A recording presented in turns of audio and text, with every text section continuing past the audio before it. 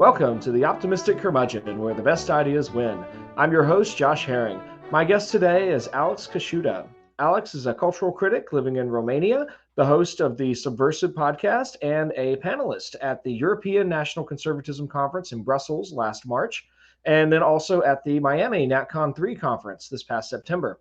I heard Alex speak at NatCon 3, and I'm really looking forward to learning more about her ideas today. Alex, welcome to the Optimistic Curmudgeon. Thank you for having me, Josh. It's nice to be here. I believe you are my first international guest on this show, which is so exciting. Oh, nice. That's lovely. Yeah, I'm a strange international guest. I'm very preoccupied with matters in your own country. So, international by location, very national by interest. There we go. Before we get into kind of the main stuff I want to talk about today, help our listeners know a little bit about you and your show. I'd love to know how you got into podcasting, and I am still not entirely sure what the Dissident Right is. So, anything you want to tell us about that cluster of topics, please feel free. Sure. So I was more interested in the dissident right phenomenon before I decided to create a podcast about it. I got onto Twitter, found what was interesting to me, and apparently that specific thing is now called the dissident right, or the new right, or the deep right, or the I don't know. There's many ways of describing kind of the same loose association of people and little Venn diagrams that overlap and some less so. Essentially, the dissident right is for me. I mean, I'm someone who came from, I don't know if your listeners are familiar with the IDW acronym, like, the intellectual dark web, the phenomenon around Jordan Peterson, the Weinstein brothers were also part of this, Eric Weinstein and Brett Weinstein. A lot of kind of canceled people who were trying to reboot something called classical liberalism. This I think Dave Rubin was also associated with this concept of classical liberalism. And at one point, there are many podcasts produced, many videos produced, many conversations started. There even stadiums were selling out, in conversations between Jordan Peterson and Douglas Murray and people like this. Sam Harris was slightly involved in this for a hot minute at one point. So there are all these kind of intellectual conversations going on, and everyone essentially there was trying to revive this idea of the classical liberalism. And some people, myself included, were trying to figure out, okay, what exactly is this classical liberalism? What would it look like if it worked?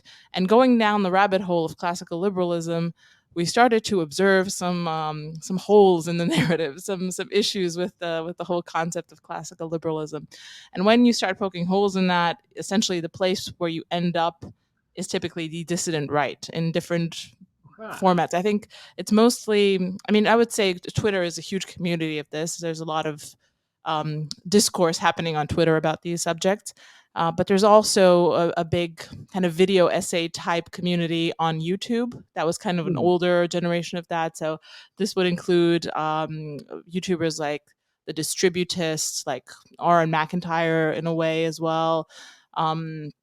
Academic Agent, people who have been on YouTube for the last 4, 5, 6 years and been making videos talking partly about thinkers like, let's say, Alistair McIntyre, people who are more religiously inclined, and also the phenomenon called Neo-Reaction, or NRX, which is more the work of Curtis Yarvin and the British philosopher called Nick Land.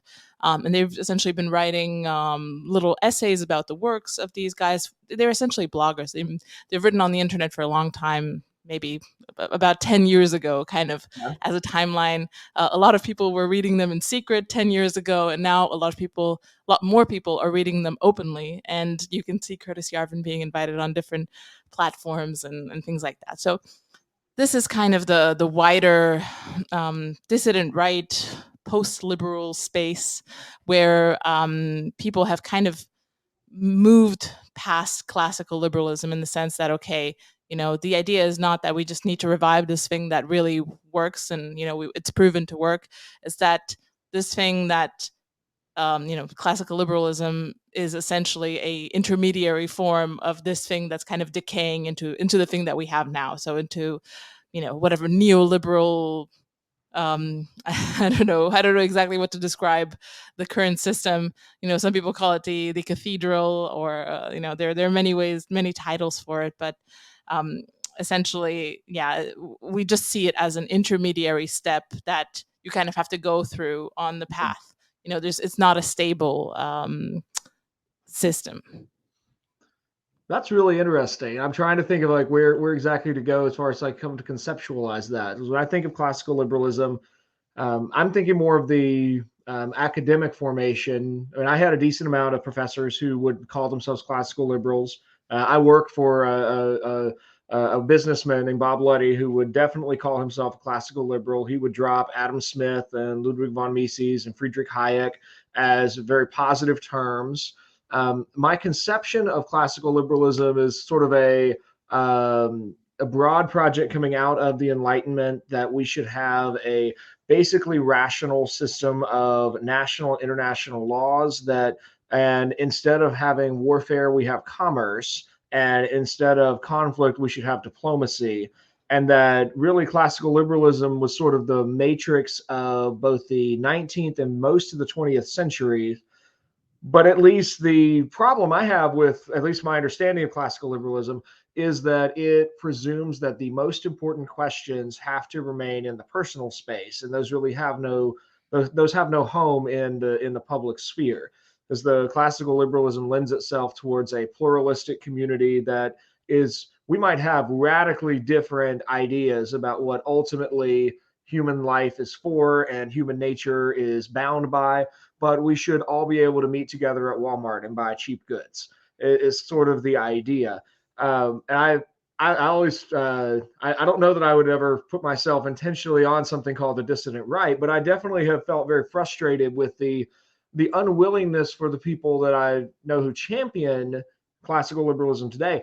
They're not willing at all to realize that their highest goods do depend on some philosophical assumption of what everything exists for. They don't recognize teleology. They don't recognize anything that is truly rooted in nature that would assert a chain of values that we use to act. Instead, they would subordinate everything to the goods of the market. And as soon as you ask a true classical liberal why we usually they will admit that we have human rights, but they can't explain why we have human rights or why we have certain rights and not others. And it seems to open itself up to being co-opted by people who want to replace whatever Jefferson intended by life, liberty, and the pursuit of happiness with a whole string of things that I'm confident no one thinks Jefferson actually intended. But it's this huge spreadable system. Is that kind of along the lines of what you're describing, or is that completely off in left field? Yeah. No, I think that's a major criticism of liberalism. I think you articulated very well. I think the main aspect here is that I used to be a libertarian as well. I'm very kind of familiar, and also I understand why these arguments exist, and they're great in some ways. On a paper napkin, the mathematics of libertarian economics, Austrian economics, work perfectly, but superimposed with human nature, uh, it starts to break down. Just because one thing just that history has taught us that is that power is a constant, and libertarians just say that power is evil. So you're just kind of ignoring a constant in your napkin mathematics, and your mathematics makes sense obviously if you just keep this constant at bay. And obviously in a system where power doesn't matter, libertarian economics is perfect. It really does work. The reality is that we live in a world where humans interact with each other, and power is extremely important. And the problem is if you decide, I'm just going to follow the NAP, but the person next to you says, no, the NAP is not for me. Guess what happens? You get overpowered by someone who is willing to rule over you, who is willing to impose their morality, who believes they have the right to rule over you. And guess what's happened in the last 10 years, the last 20 years, 50 years, depending on how far you want to go back? A very virulent form of morality has been imposed under the guise of progress, under the guise of common sense, onto everyone. And it is very hard to fight because it's not even, Protestantism versus Catholicism, my book against your book, little details that we're fighting over. No, this is something that asserts itself Mhm. as the common sense. This is the right side of history.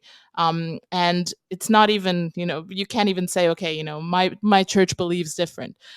It's very insidious, and that's why I think the right has had very like huge problems in actually opposing these things, because to a lot of people on the right, just the normie conservatives in the lingo of the dissident right, these values are intrinsic as well. I mean, they also believe in progress. They also believe that there is a right side of history. They also believe that, I don't know, the Second World War is the stage where all human conflicts can be explained. It's the ultimate metaphor of good versus evil, and in any situation, you just need to figure out who are the Nazis, who are the Jews. That's kind of the, the basic thing.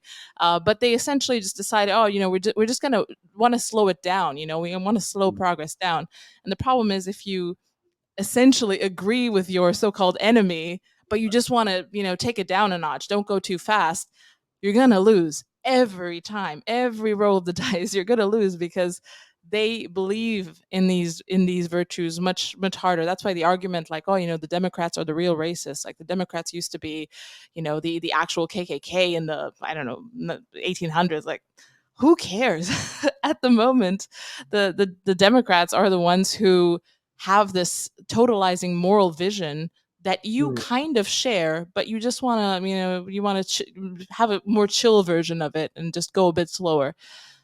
That's a losing proposition every time. So, yeah, I don't know. That's just one tangent of it. But like I said, I think your criticism is one of the things that the dissident right also notices, and the problems with this, "don't tread on me" libertarianism, which has been a big core of the right wing for a long time, Mhm. just saying, okay, we just want to be left alone. Well, the world as it is, with people in it the way they are, does not work that way. You cannot be left alone. There has to be a moral framework that society bases itself upon, even just for coordination among people. It's like, if we have like a Tower of Babel of 5,000 different moral systems, you cannot do business. You cannot even have your Austrian economics, because at one point, your moral system is not just going to be about what do you want to eat for dinner. It's going to be about real preferences that act in the world, act with business partners, Mhm. act, if someone believes that it's right to lie to people who are not of their own religion, how are you going to be libertarian in that context? Or are you just going to be, so it's, there's a lot of things like that. Like, I think libertarianism kind of leaves a lot of these complications at the door and says, okay, this would be ideal if everyone was like me. Well, people aren't like you. This is not surprisingly very appealing to autistic people. Libertarianism, it's just like very straight lined. Oh, It's sure. a so it's, yeah, you know what I mean. But I mean, the dissident rights, probably half autistic, which is wonderful. It's it's part of That's its really charm. interesting. Yeah, I don't know if this makes sense, but yeah, this is another aspect that we think about. Well, it makes sense, I guess, on two comments I want to make on that. Then we need to get to some of your NatCon talks, because I don't want to diverge away from that too far, because I really want to find out more about those. But I do think it's really interesting to think about a political movement, or a kind of politics that is forming. I think it's relatively easy to look back in history, and you can see a moment or an era. You can look at the Enlightenment as a singular moment or movement, because we have the space of 300 years to look back on that and see how the salons led to the formation of certain conversations, which then the printing press enabled to be spread beyond the confines of the people gathering in Madame du Pompadour, whoever's hosting the salon. It's probably not her. It's probably a different Madame hosting the salon. But we can look at that and see it as a singular moment. But in the midst of it, I'm thinking of a class I took in college on the French Revolution, where we spent a couple weeks just reading a bunch of articles that were all in circulation in Paris in a given week that the professor had collected. And they were all over the map. There was not a singular issue or principle that seemed to, Robespierre was not yet just kind of systematizing things.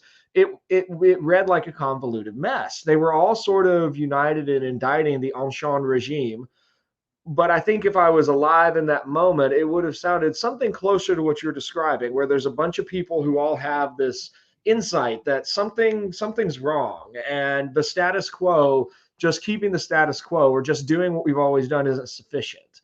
So I think like being in the kind of exploring that as a developing politic is just really, really interesting. The other thing I thought was intriguing what you were describing, that sense of a common morality that we need, reminds me of C.S. Lewis's arguments in The Abolition of Man about a great tradition. He borrowed that Chinese term, the Tao, to name the great tradition. But we need that common tradition that where we and some of those should be just basic assumptions that we can make. We should be able to assume honesty and integrity in business dealings. We should be able to assume the value of children and the value of the aged. We should be able to assume the goods of hearth and home and seeking wisdom and education and so on.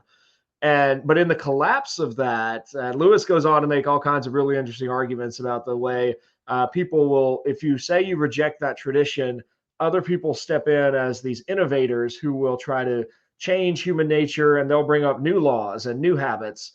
And in doing that, it's weird. You think you change one master for freedom, but in reality, you change a known tradition for an unknown tradition. But that unknown tradition is the hands of people who do not have humanity's best interest at heart. They have their own interest at heart. So you've really traded this tradition for some unknown cabal, and and the technological ability also to actually make real change comes into that story as well. So I think one of the most important things that we can really contemplate or move towards is recovering that common tradition, that common morality. How we get there, I don't know, but I think it's a very important thought. Any last thoughts you want to say about any of that with your show, The Dissident Right? Anything we've been talking about before we move on to your talks? Yeah, I mean, I think you make a really, good overarching point that this is kind of the, divergent phase of this design project that is, imagining the new regime or imagining the next step. We've kind of almost gone through the, what is it, 5 stages of grief. We've we've been in denial with the IDW, then we moved, slower. We're kind of in the anger phase now, maybe with the dissident right. There are many things being, splattered against a wall. We're observing what sticks. There are many post-its in the great hall of the dissident right and whatever other movements there are. So, a convergent phase will follow, like in any design project where it is time to take the post-its off the wall because we've decided, okay, this is where they cluster mostly, and this is the direction we have to go towards. One thing that it seems to be converging towards is that it is inevitable that we will have to have a an external value framework that Hmm. is very probably transcendent in one way or another, and that is fixed and inerrant in one way or another. Because a big problem with what we have with liberalism, and it's essentially just open mindedness to subversion, is the fact that there is not even like a 10-point plan that is fixed. It's all a constant churning, constant revolution, and that's the virtue in it, or at least that's what the system sees as a virtue. It's like this idea that you constantly update, you constantly change, which is a good thing in some respects. Like if you look at a technological product, it's probably good to have R&D and change. But with things like human nature and how we interact with each other, I think that the trade-offs of losing a moral system like that moral language, like you described, that we use for trade, for relationships, for all the things that make us human. We're not evolving from year to year, whatever the progressives might try to tell you. We're we're pretty much the same type of. I'm still waiting for my wings. I've always wanted to evolve wings. I still can't. Well, you might just get them in our transhuman future. I'm sure there's someone in a lab is cooking up some wings for you. Um, so I think I think we're trading much more. We're losing much more than we're gaining with this idea that the right side of history is just a permanent revolution, which is essentially what's baked into the cake of our current regime. Well, let's stay on that regime idea for just a moment, because at the end of your, so I went back yesterday and listened to your NatCon speech in Brussels, and then again, and the one you did in Miami. And I want to go back. I think this is from the end of your speech in Brussels. You said at the end of your speech that every regime is a theocracy, and the kind of the running theme at your conclusion was that value neutrality is a myth. Could you kind of expand and explain those ideas? I suspect most of our listeners, if they've thought about it, they would generally affirm a value neutral government, and they would think that's probably a good thing. So help us see where that really is a myth. I think a value neutral government, it seems to me in the abstract, just looking at it cold, is a good thing. Is it possible to have a value neutral government? I don't think so. Has there ever been a value neutral government in a society of humans? No, there has not. So I think just from a realistic perspective, like I said, moving from the napkin into 3D human interactions, every regime has had a value hierarchy. The one that we have right now is just covert. It doesn't see itself as a 10-point plan.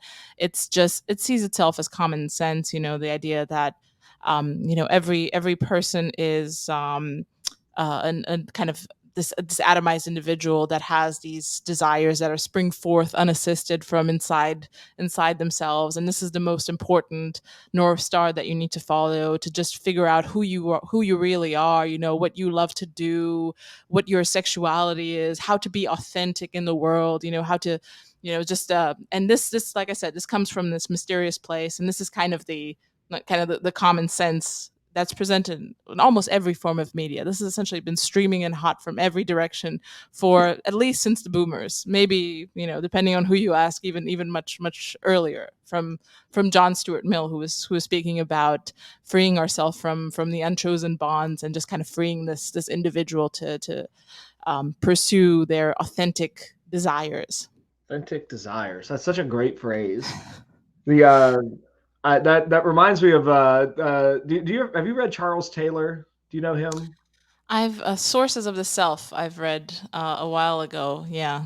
I've read most of his tome, A Secular Age, and the his discussion in there of expressive individualism is just really interesting. And the idea that and I think you're right that it seems to come at us from every source of media, and to that and really be and it's certainly been espoused in political speeches. Certainly both President Biden and President Trump had some kind of version of that that they were espousing. But the idea that you create yourself and you express yourself through your actions, and there really should not be restraints on your self-expression. And there seems to be a negation of nature in that there's it's not even that you have a nature and you express that nature through your actions, but rather, at least in Taylor's argument, it's more that you're creating your own nature through those expressions. And so anything you do that expresses yourself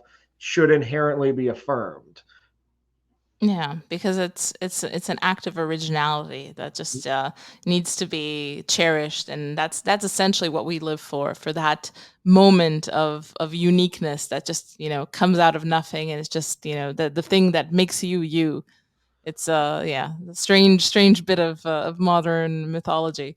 Definitely. And in one of I think this was still that same speech, you talked about how both the right and the left practice the worship of pure autonomy. Is that the same thing, or did you mean something a little Yeah. bit different from that? No, that's essentially what I meant. It's the idea that the left wing has the idea that autonomy is maybe sexual self-expression and all these things. And on the right side of the spectrum, you have people who say, okay, we believe in traditional lifestyles and things like that, but then on the other hand, the actual policies implemented by the right wing have been mostly the most successful policies have been libertarian in nature, where you abolish this and you abolish that, and the problem with that is that these are essentially autonomy directed ideas. It's like, oh, you can be a traditionalist in your own four walls, even if everyone else is not a traditionalist around you. You can get married, you can have children at 21, no one's stopping you,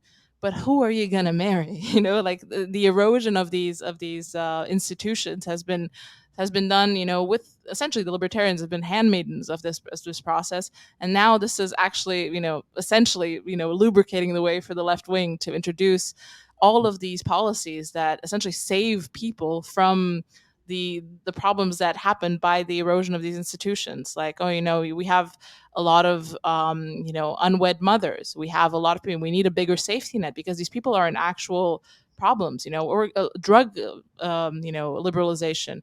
Okay, libertarians love drug liberalization, but the problem is the people in the underclass who are actually devastated by drugs. What happens next? We need a bigger safety net. We need needle exchange. We need all of these social programs to come in and help these people, save them from themselves, save them from so like I said, just the fact that in the last 50 years it's all been libertarians dismantling little bits of these traditional structures, and then having a bigger and bigger state, and everyone's surprised, why is the state so big? Why is the state so big?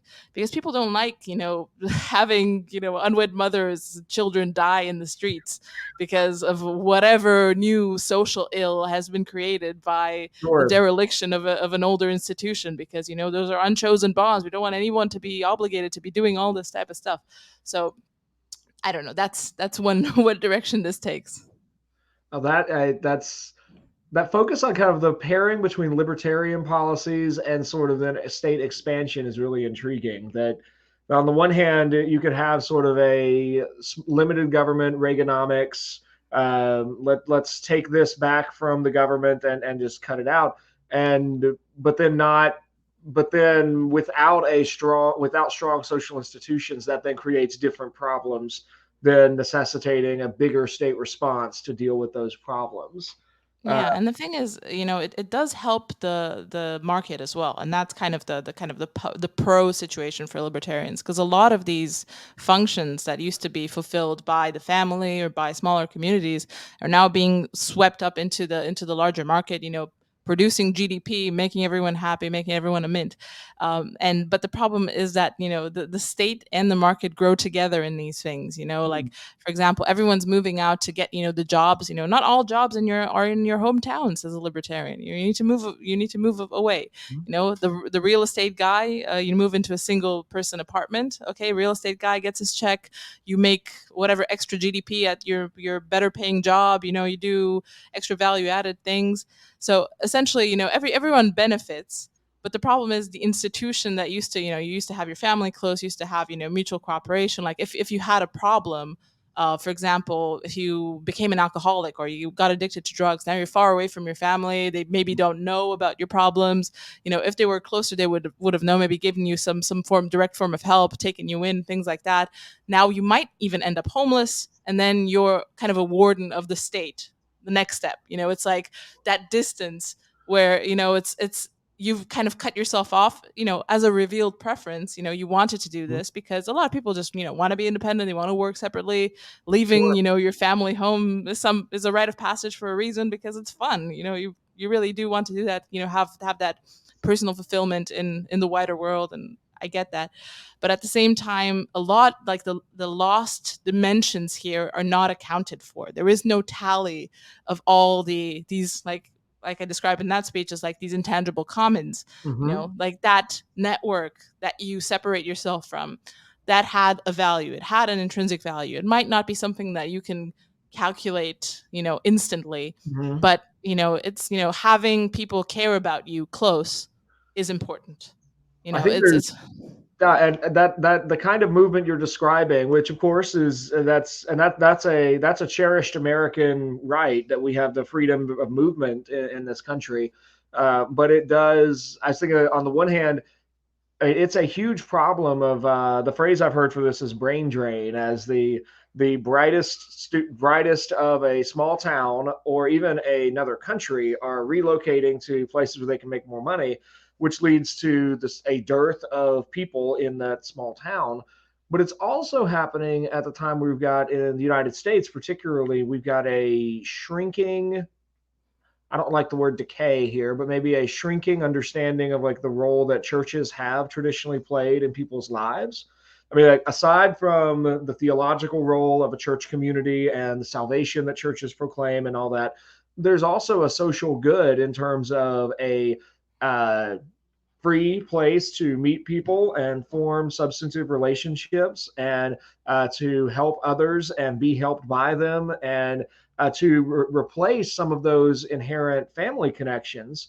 But we're living in a moment in the United States where church attendance is down, and I don't have any stats to back this up. This is mostly from teaching in a non-Christian school. But the sense I get from students is that they are not raised to think that spiritual communities matter. And so if that goes on for enough generations, you get, well, there is a sort of replacement, and it's therapy. It's, you can have the sort of person who you can pour your heart out to, and you pay that person by the hour. So the market does have a solution for that, but it's not nearly as helpful or as soul sustaining as the inherent kind of organic community of a church that can be a place where people who've moved to a big city or they're far away from home, they can form those friendships and natural connections that help them to really overcome some of those negative habits like drug or alcohol abuse or sex abuse or whatever is going on. But instead, we're sort of that too is part of this overall institutional decline to some extent.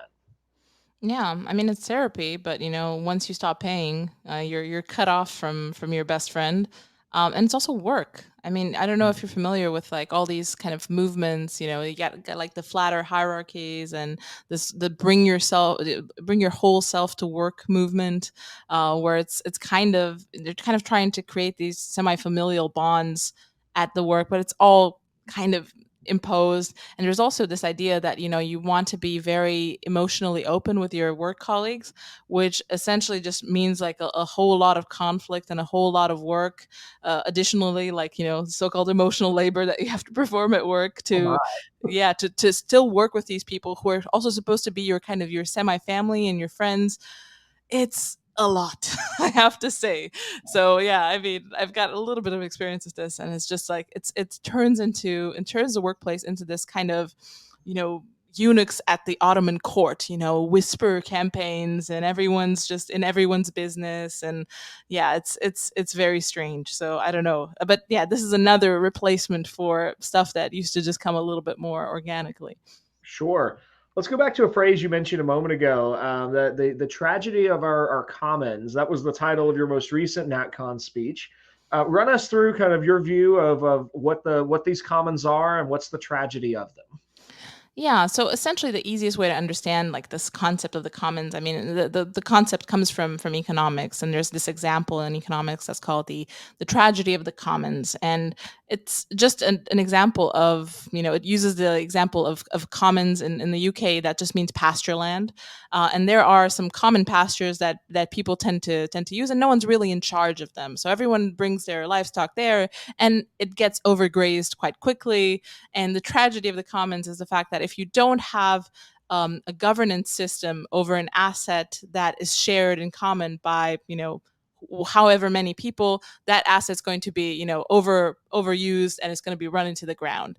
And essentially, I've noticed that there are many commons like this, and I call them intangible commons because they're not pasture land. They're not like one big block of whatever cheese that everyone's eating from. It's just something that that has a lot of utility, but is intangible. So, like I said, for example, the food commons are something that is important like that. Like, what is a default setting in society? That's essentially pretty much what the commons dictate. It's like if you go out to the store, what is the first thing you see? Is this a thing that is going to add you nutrition and is going to make your life better? Or is it a thing that's going to take from you, is going to reduce your quality of life? From the libertarian perspective, it's like, it's whatever sells. And whatever sells, unfortunately, is not necessarily what gives you most nutrition or gives you the best, bang for your buck in terms of your actual life. It's whatever tickles your limbic system the most. It's going to be the Snickers bar. It's going to be whatever is, I High don't know, more fructose corn palatable. syrup. Like it's all the High fructose corn, corn all the syrup. syrup, seed oils, all this type of stuff that is cheap to make and delicious to eat. And unfortunately, what is delicious to eat is not necessarily what is good for us. Obviously, it's very paternalistic, but this is just one perspective on it. And I'm not saying, okay, we're not going to have to, make all these things illegal. I'm just saying that if we want to be conservative about the world around us. We need to take these spaces into consideration. We need to see what the Mm, default setting is for society, and how this, makes things worse. I mean, another example that I use in the speech as well is the relationship comments. How easy is it to make a friend, to keep a friend? What's the default setting there? How easy is it to get married? Do the people around you see marriage as something valuable in itself? Do they aspire to marry? That's very important. That's a comment. My possibility to get married is very much tied to the attitudes that other people around me have. The marriage, the mm, dateable pool for me.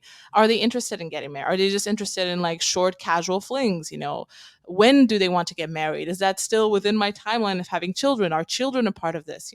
So because everyone is now the generator of their own meaning, of their own value structure, it's very hard to make connections like this that are based on common values. Like in the big city, you really can't make any assumptions about the values of someone you just met. And then another problem that's added to to the commons issue is that most people don't really meet in person anymore. So a big part of the current commons of relationships is application dating, so app dating. You're on these apps, and the commons is, if you're photogenic enough, you're going to be going on some dates. If you're a woman, you're probably going to try to go on a date with the most interesting and attractive guy that likes your photo and wants to go on a date with you. And unfortunately, just the way gender relations work is that guy's probably gone on his sixth date this week. He's not interested in anything serious because he's got all the options in the world. And then you're all confused because you've been going on a million dates and no one really wants to have a second date or wants to see you again or things like that. It's just a really strange arrangement, and it's very counterintuitive to how people mhm, used to date just maybe 5, 6, 7 years ago, where you just meet someone at work, or for lunch, or at the library, or at the church, or something like that. And now everyone is on their phone. I could almost feel it. It was a week, like maybe 7 or 8 years ago, where it just changed from, you went to a bar with your girlfriends and someone would chat you up and say, oh, you're looking wonderful tonight, to no one talks to you anymore. Might mm. also be me aging. I'm not saying that that's not a factor, but it's, it did feel like everyone Sure. was on their phone. So I don't Ah, know, it's a strange feeling, and it has been fact checked by friends of mine, younger and older. So it's a strange new development, which is part of these comments. The default setting. And if we as conservatives are just looking at, don't tread on me, you want to keep your guns, okay, I understand. But these things that actually affect if people get married, if there are children, how they're raised, where they're raised, are extremely important. And I don't see anyone thinking about this at this level of abstraction at all. mm. I think you're raising some really important points. It reminds me, I have a former student of mine who's now a student at University of North Carolina at Chapel Hill, and he's the chief technology officer for a dating app. And we got together this week, and he was telling me all about it. And I'm curious about your thoughts, if this is some way to address that problem, particularly in the relationship commons. Their app's approach is to basically, it's they have a mechanism by which you let the app access your address book, and then you assign a friend who will pick you a blind date. And so it's sort of a it's a their goal is light, happy get-togethers. They're not at all trying to like set up something super serious, but it's more like a way to have the friend would get a couple of suggestions, and then the friend says, oh yeah, this person would be a really good date for my friend, or nope, that's not a good fit at all. Does introducing the element of a friend in there to who will sort of like check the relationship or vet that? They also have it set up where like the initial date is a double date, so it's more about getting to know each other than anything else, which I just thought was really interesting. It seemed like a healthier internet dating model than anything else I'd heard of. What are your thoughts on that?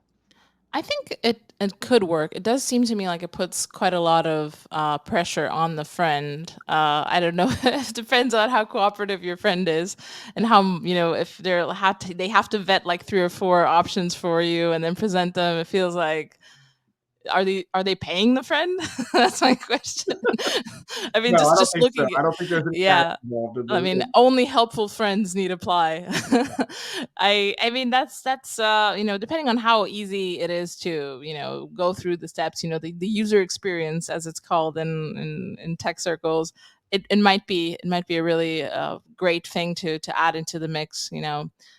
Hopefully, people have enough friends to recommend, because that's another element of the relationship commons that's kind of breaking down. A lot of acquaintances, few friends, because friendship relationships require quite a lot of friction that a lot of people haven't really either been used to or just haven't engaged with in the last few years. It's just like it's there are conflicts, and the idea that the next friend or the next connection, or even just the internet in general, gives you that this kind of warm fuzzy feeling. If you're watching a YouTube video, the creator is connecting with you, saying, "Oh, my Mm, friends, I love you." You kind of have this idea that you're kind of floating in friendship, and if there's some friction with a friend, you can just kind of drop it, like whatever. I can always get a new friend. And it, like, the idea of engaging in the hardness of relationships seems to be kind of going out of favor mm. a little bit. And yeah, this obviously applies to romantic relationships as well, because there's always the illusion that there you can be swiping through eligible people until the cows come home. Yeah, so yeah, it's another dimension to this whole thing. It's yeah, hopeful. I mean, I'm hopeful for the app. I think this, it's one of those things you really can't tell what's gonna work until you smash it against the wall and see if it sticks. It could Sure. be, and it could work in some communities as well. Like, depends on the community, how a bit more tight knit community, I can imagine it working. In your, I think this was back to the March speech, you made a really interesting claim about falling birth rates indicate the failure of the liberal order. Can you walk us through the reasoning behind that? Why does a global failing birth rate really mean that the status quo has failed us on a civilizational level? Of course. I mean, I feel like it's downstream from the same metaphor, where you get to set your own meaning. And the problem is, if you get to set your own meaning, you kind of default to the limbic reaction, to the instinctive, to the short-term reaction, where you're just kind of plugged into what feels good in the moment. And having kids doesn't feel good in the moment. It really doesn't. There are many moments that really don't feel good at all. So it's one of those things where the payoff is late. It is complex. It is baked into feelings that you can't even simulate before you have the children, before you go through the actual action of it. So it's one of those things where you know before, in more traditional structures, children had a certain position. It was the thing you did. Your heirs, they pass on your name, they pass on your property, in a certain sense, if you want to take a materialist lens on this. They pass on your values, they pass on your heritage. There's a lot of things that are just passed on through children. So they occupy a really important place in traditional value hierarchies. Once you dispense with that, you have a what's in it for me type of relationship to the present moment. Where the purpose of life is to be authentic. To make what makes you happy. What are children part of that? Maybe for some people who are very they really like the idea of having children. They had a good experience with their own parents.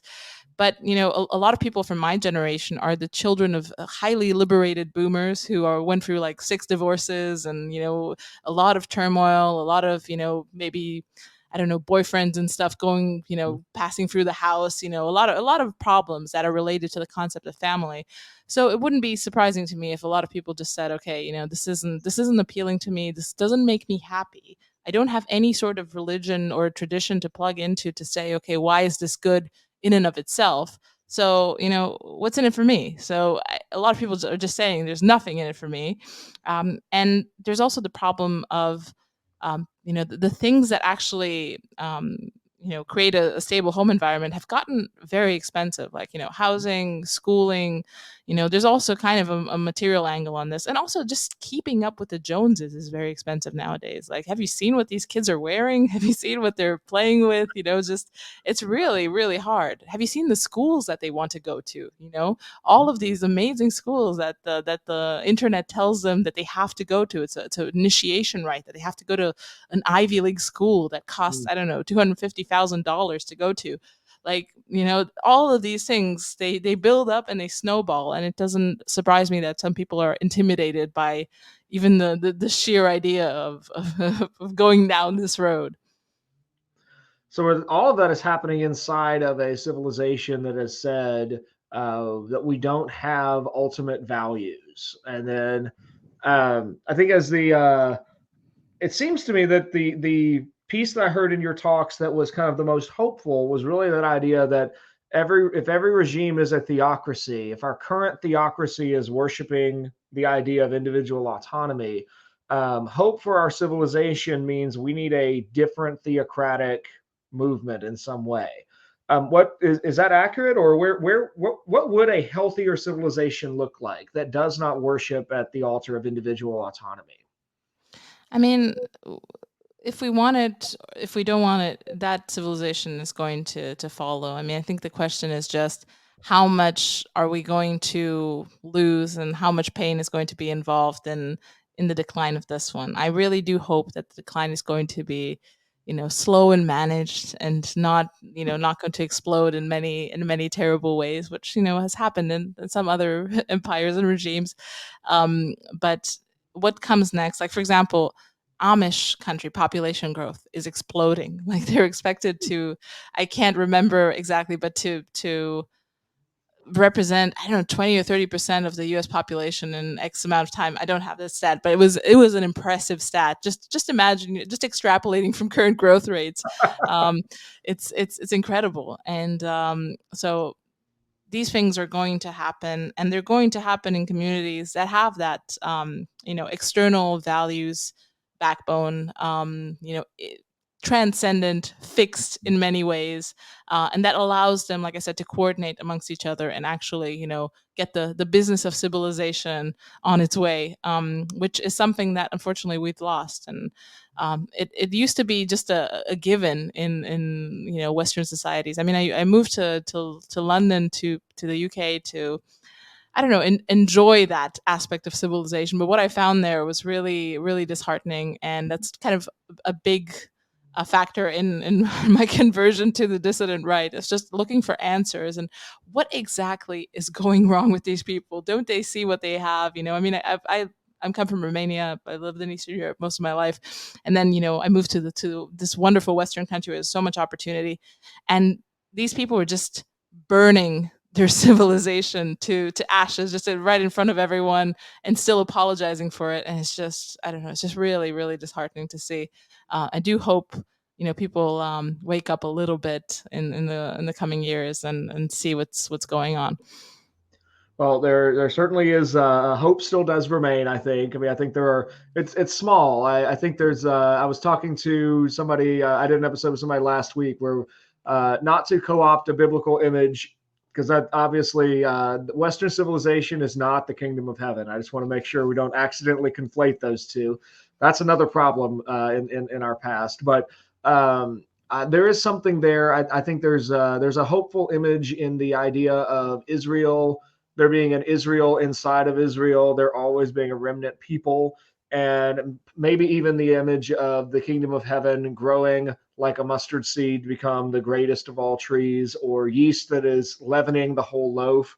I think there are pockets of whether it's I teach at a school called Thales Academy. We're a part of the classical renewal movement.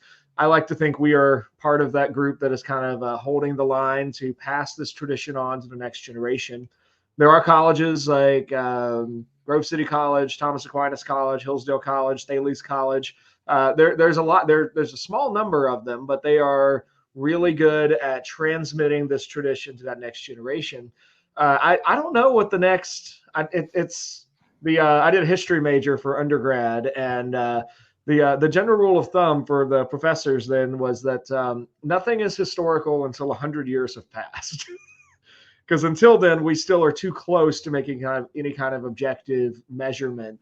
It does seem to me that we are in some sort of moment where I like the idea of transit, that there's some sort of transitional moment between whatever the New World Order post World War II, post Cold War was and is. We're at something that is figuring out either we're going to surrender the last vestiges of human nature to what Lewis called the innovators, and they will transform society into something unknown and something that's really inhumane.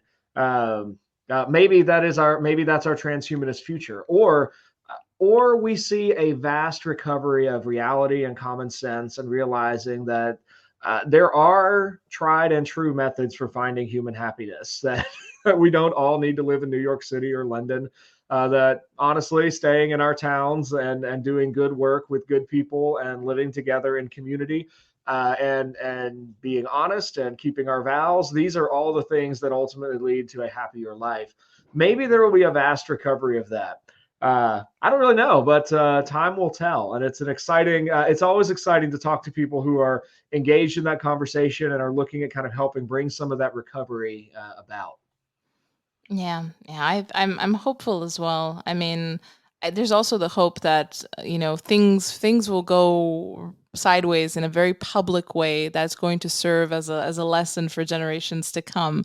So hopefully that's an important step in that Hopefully direction. so.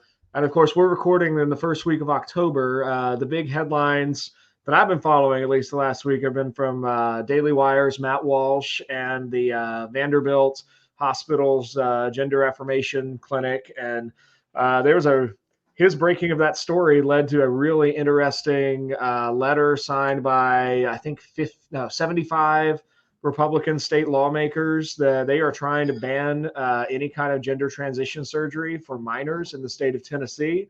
I took that as a very encouraging sign. That would be great if, and of course, today's headlines was literally there's the American Medical Association sent a letter to the Attorney General of the United States demanding that uh, reporters who are investigating hospitals and are explaining what hospitals have said about themselves when it comes to any kind of gender affirming care, those reporters should be jailed for disinformation, which is clearly ludicrous. Rod Dreher has a piece on that today in the American Conservative.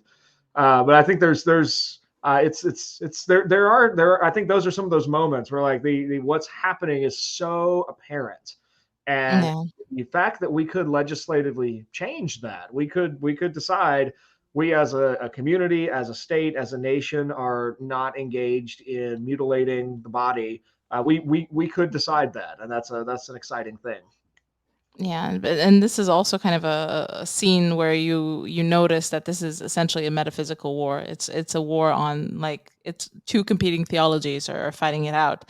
One that doesn't see itself that way, and one that I think would do well to bring back the concept of abomination. Like, there's some things are abominations, and mutilating children is definitely one. So I think that's talking to really. I think talking to any parent of small children, they inherently agree. When you couch it in the language of progressive ideology, it gets so cloudy that they don't really. It's hard to see what's actually being talked about. But when you actually put it into the blunt terms of castration or breast removal, suddenly parents are appalled, which is again a sign of reality and some level of hope, I think. yeah, and I think it's also, parents are confused because they themselves have this idea of, the individual is a product of its own authenticity. It springs, from nothing. They've essentially been internalized this message, like, people to each their own and things like that. And maybe my daughter is, a man. Why can't she decide to be a man if she can decide anything else about any parameter of her life? Well, I think if we manage on the right to disabuse people of this metaphor, of this framing of reality, it's going to be a really big step. And it's going to give people the confidence to trust their intuitions about these things, because their intuitions don't come from nowhere. They're put there for a reason. So I think that's my small project to nudge people in this direction, and hopefully, something will come of it. I love it. Well, Alex, where can people find and follow your work online if they want to know more about what you're doing? Sure. I mean, I'm on Twitter, unfortunately, for too long every day. I'm at Kaschuta, which is just my last name. And the Subversive podcast, if you put it into Google or whatever search engine you want, it's there. I'm also on Substack if you'd like to get the Subversive episodes early. I do some writing, but lately I haven't really been keeping up with that too much. But it's subversive, very early, and all that type of good stuff. And that's about it. Fantastic. Well, thank you so much for coming on the show today. This has been a delightful conversation. Thank you so much, Josh. And thank you, listeners, for joining us today for another episode of The Optimistic Curmudgeon. My guest this episode has been Alex Kaschuta, podcaster, speaker, culture critic, and author. If you want to hear more from Alex, check out her NatCon speeches linked in the show description, or check out her Substack, The Garden of Earthly Delights, at alexkaschuta.substack.com. If you like this episode, please leave us a 5-star review and share it with your friends. Until next time, seek the good, discover the true, and love the beautiful. You've been listening to another episode of The Optimistic Curmudgeon, where the best ideas win. I'm your host, Josh Herring. The Optimistic Curmudgeon is a project of Thales Press. If you enjoyed this episode, please give us a 5-star review and share it with your friends. You can find us on 3 major social media platforms. Search for The Optimistic Curmudgeon on Facebook and LinkedIn, and find us on Twitter at the handle @TheOptimisticC3. This episode was edited and produced by Madison Kay, audio engineer for The Optimistic Curmudgeon. Until next time, seek the good, pursue the true, and love the beautiful.